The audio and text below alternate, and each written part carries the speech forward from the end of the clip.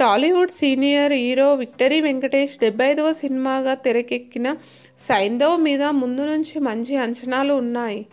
Hit ఫ్రాంచైజీతో ఆకట్టుకున్న Shailesh colon direct చేసిన ఈ యాక్షన్ ఎంటర్టైనర్ ఈ రోజే సంక్రాంతి కానుకగా ప్రేక్షకుల ముందుకు వచ్చింది. ఇక ఈ సినిమా ఎలా ఉందో తెలుసుకుందాం. సైంధవ్ మూవీ హాలీవుడ్ తరహా లాంటి యాక్షన్ మూవీ. ఈ తరహాలో వచ్చిన కమల్ హాసన్ విక్రమ్ మూవీ ఎంత పెద్ద హిట్ అయిందో ప్రత్యేకంగా చెప్పనవసరం లేదు. ఇప్పుడు సైంధవ్ సినిమా కూడా ఆ తరహా కథే. సైంధవ్లో శైలేష్ కోలను బెటర్ స్టోరీనే ఎంచుకున్నాడు.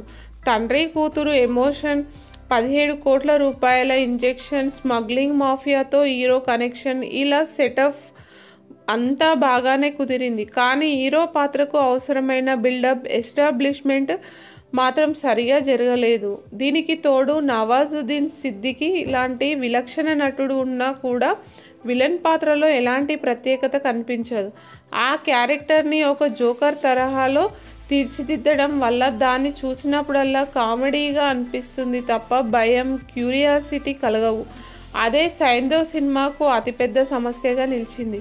ఇప్పుడంతా కొత్తదనం కోరుకునే ప్రేక్షకులకు కొత్త అనుభూతిని పంచడం ట్రెండ్గా మారిన నేపథ్యంలో చంద్రప్రస్థ అనే ఫిక్షనల్ సిటీనైతే క్రియేట్ చేశాడు. కానీ అందులో వావ్ అనిపించేలా చేయలేకపోయాడు.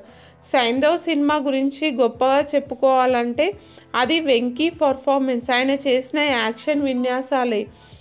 పాత్రల పరిచయం, తండ్రి కూతుర్ల మధ్య బంధాన్ని ఎస్టాబ్లిష్ చేసే క్రమంలో సాగే తొలి అరగంట మాత్రం నెమ్మదిగా అనిపిస్తుంది. మొత్తానికి తెలుగు సినిమాలో వన్ ఆఫ్ ది బెస్ట్ అనిపించేలా యాక్షన్ సన్నివేశాలను అద్భుతంగా చిత్రీకరించారు. అయితే ఈ యాక్షన్ సన్నివేశాలకు అవసరమైన బిల్డప్ అయితే మాత్రం అన్ని చోట్ల కుదరలేదు. 2 చోట్ల మాత్రం ఎమోషన్ బాగా వర్కౌట్ అయ్యింది. వెంకీ తన పర్ఫార్మెన్స్తో ఆ సన్నివేశాలను గట్టిగా నిలబెట్టాడు. అయితే విలన్ పాత్రకు సరైన ఎలివేషన్ ఇచ్చి ఉంటే చివరికి సైంధవ్ మంచి స్థానంలో నిలబడేది. కానీ ఆ పాత్రను తేల్చిపడేయడం మాత్రం నిరాశ కలిగించింది. మొత్తానికి సినిమాని వెంకటేష్ కోసం చూడవచ్చు. సైంధవ్ రెండో రోజు కలెక్షన్స్ ఎలా ఉన్నాయో చూద్దాం.